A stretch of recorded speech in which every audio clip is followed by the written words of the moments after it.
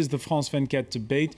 In part one of our discussion, we sorted out how the minds definitely do not say that the world is going to end on Friday. Nonetheless, this sort of doomsday predictions that have swept the planet say not so much about the future, but about the present. And we're going to look at that more closely in detail with comic book writer Alex Nicolaevich, who's the author in French of Apocalypse, A Brief History of the End of the World. Jean-Paul Demoule, who teaches archaeology at Paris 1, the Sorbonne University. Bruno Delprat of CELIA, the French Center on Indigenous American Languages. And Craig Capitis of Quartz and the Atlantic. Welcome back to all of you. We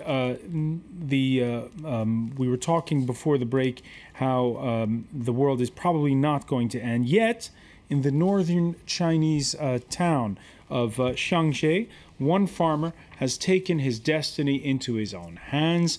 Liu Qiuyan inventing at his great expense to himself survival pods. He says he's not sure when the world will end on, whether or not the world will end on Friday, but it's handy in case of future floods, plagues, or other calamities. So many people don't prepare and only think about the event once it's already happened. I think this is a mistake. There is a Chinese saying that goes, it's better to be prepared for nothing than to be unprepared for something. I think that's something worth thinking about. Meanwhile, though, authorities not amused by developments elsewhere in China. There's the arrest of 500 members of a doomsday sect and last Friday's stabbing of 23 primary school children along with an elderly woman, this by a mentally disturbed man in central China's Henan province. Authorities approved the arrest of Min Yongjun for endangering public security, and we found that the suspect was completely aware of what he was doing when he attacked the schoolchildren. Regarding his motive of attack, we did find he was influenced by rumors that the world was about to end. Some taking it, again, more lightly, organizing parties, and in some instances, playing along with parodies. My dear remaining fellow Australians, the end of the world is coming. Whether the final blow comes from flesh-eating zombies, demonic hell beasts, or from the total triumph of K-pop. If you know one thing about me, it is this. I will always fight for you to the very end. And at least this means I won't have to do Q&A again. Good luck to you all. Jean-Paul Demoule, you heard in part one of our discussion Alex Nicolaevich say how there have always been people predicting the apocalypse. Have there always been people making fun of the end of the world? Have there always been people who are used this as a joke? Have you found that even when you look at your archaeological findings that there are people who are always been divided over when the end will come? No, because as he said, most of the religious beliefs are based on the idea of apocalypse. So if you are bad, you go to hell. If you are good, you go to heaven. But that's for an individual person. Here we're talking about something more collective. But for the society itself, the society, the dominant must be good with the dominated must be good with the dominant people, with the chiefs, with the king. The king, like the pharaoh in Egypt. It's the only person who can make every year the flood of the Nile coming again. Or the emperor of Japan, the first emperor was the grandson of the goddess of the sun. So there are always a direct link between the king or the chief and the gods, and that's mean that if you are not good with the gods, you can provoke for all the society different kind of apocalypse, and you have like the flood in the Bible. You have in many religions, you have the old idea of an old catastrophe, and that could come again if you are bad, if you are not a good subject. So, in other words, what may seem irrational often is the timing of it is very rational. Very rational, and I think you have to be prepared. You don't want to mess with the gods, which is why I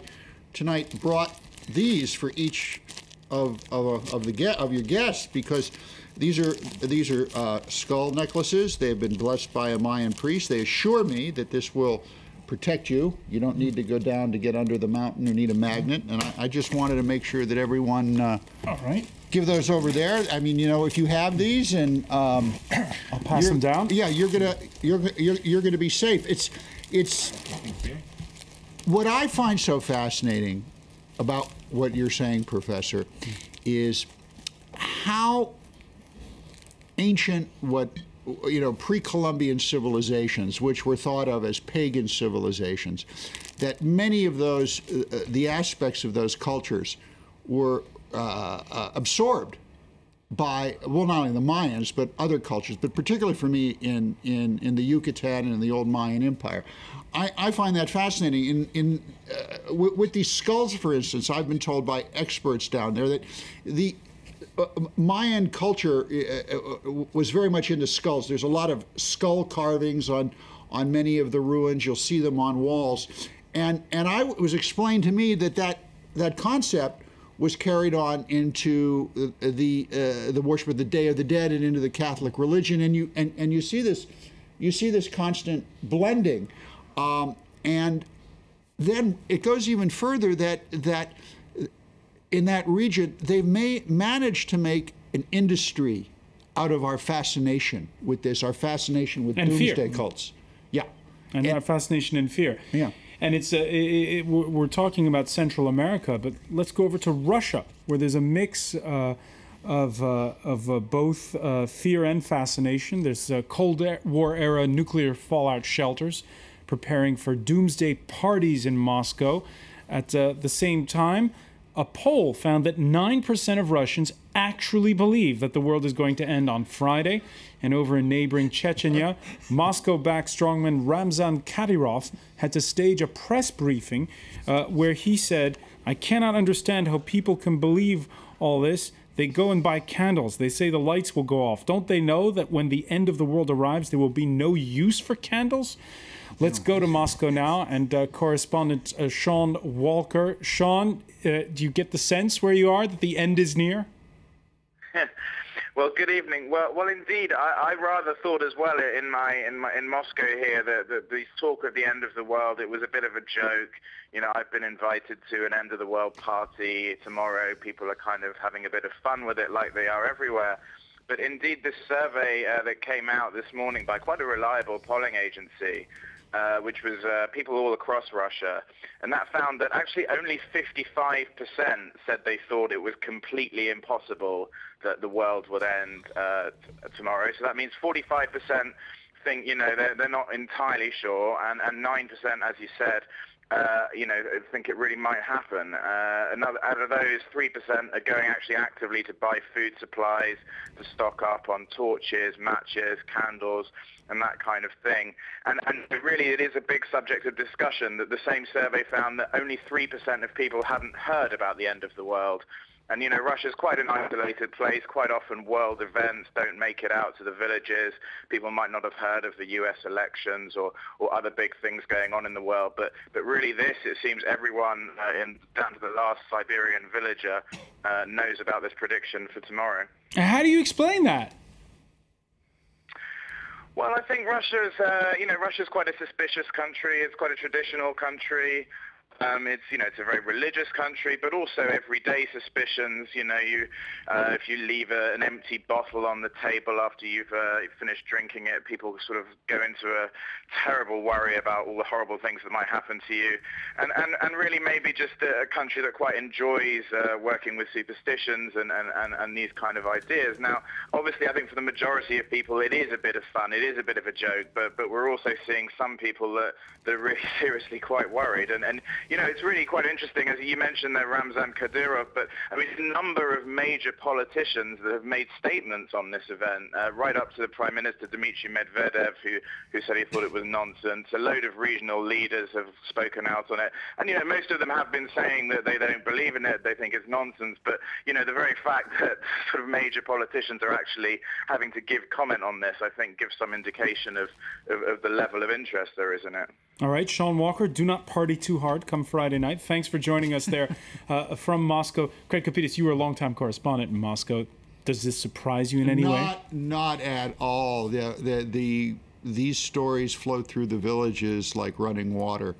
The Russians, as Sean was saying, are extremely superstitious. They're very religious. And again, it's another, I would suggest, anthropological example of old ideas and beliefs combining with the Christian church there. I mean, there was a great interlocking of those two ideas in the old Soviet Union and all the Russias. But isn't it remarkable how fast it spreads and how as you were saying, Francois, it's how fascinated people are with fear. You know, I mean, we're having fun with this, and it's a great excuse for a party. But wow, that people actually believe that this is going to happen. What does that tell us? And when you wrote your book, Alex Nicolaevich, did you get a sense that people like to, you know, kind of like when they go see a horror movie, they like to scare themselves, or like? We like to scare ourselves, but there is something cathartic in scary movies. But fear is a business. We see it every day with policies against immigrants or against some medications, scandals. So this is not a psychological release. This is politics. Most of the time, on business, there is a business of fear. All right. It's all been a boon for, by the way, NASA's website. 4.6 million visitors in the run-up to Friday. December 22nd, 2012. If you're watching this video, it means one thing. The world didn't end yesterday. According to media reports of an ancient Maya prophecy, the world was supposed to be destroyed on December 21st, 2012. But look around here. I'm not sure if NASA's science explanations of the world ending in, I don't know how many, 50 years or something, are going to assuage the fears. Until the fall of the Berlin Wall, though, most people's fear of the end of the world was something quite concrete, and it looked a little bit like this. Now, we must be ready for a new danger, the atomic bomb. First, you'll have to know what happens when an atomic bomb explodes. You will know when it comes. We hope it never comes, but we must get ready. It looks something like this. There is a bright flash, brighter than the sun, brighter than anything you've ever seen. If you are not ready and did not know what to do, it could hurt you in different ways. And that brings us back to what you were saying, Alex Nicolaevich, during the Cold War. There was the genuine danger, and there was the fear element as politics. Yes, but as we saw in this film, the solutions given to the children were to duck and cover under your desk. I'm not sure it's a very efficient solution. We are in the candle business, Russian candle business situation. And anyway, in the 50s, they did show that to the kids, the same kids that were a decade later in anti-war protest movements. It's maybe not a coincidence. And today, now that the Cold War is over, how does it manifest itself? What is the biggest manifestation of this collective sort of fear of the end?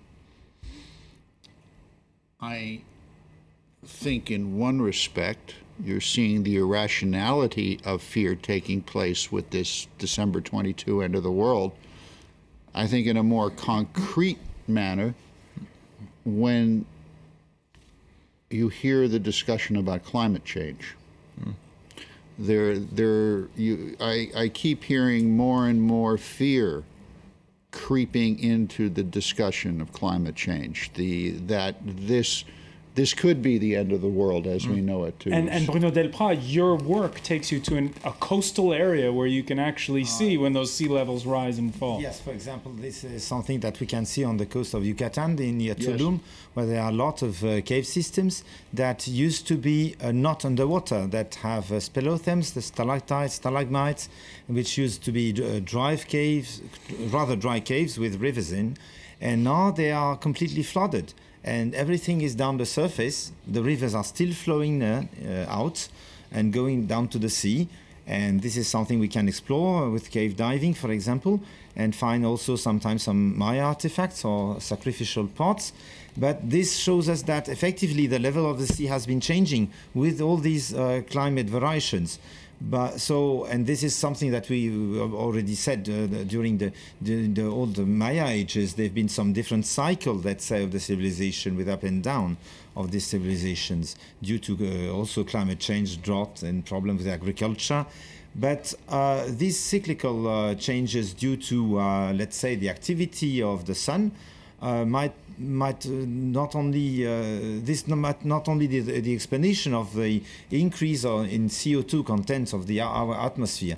I think that effectively there is a general fear among people around the planet that our overwhelming place of the mankind and industries and car business and all that might effectively produce such a disbalance within the different beings that constitute our planet. And it's a similar dynamic, where, you know, what you're saying, because with what's going on December 22nd, you have these people actually believe that a flying saucer is going to come out of the mountain in the south of France, and those who say you're nuts. Same thing with climate change. You have people who honestly believe, with good science backing it up, that the climate change is going to lead to the end of the world, and you have those who don't believe in climate change saying poo-poo. All right, and before we go, France 24 film critic Lisa Nesselson singled out her 3 favorite doomsday films. I'll just read them to you briefly.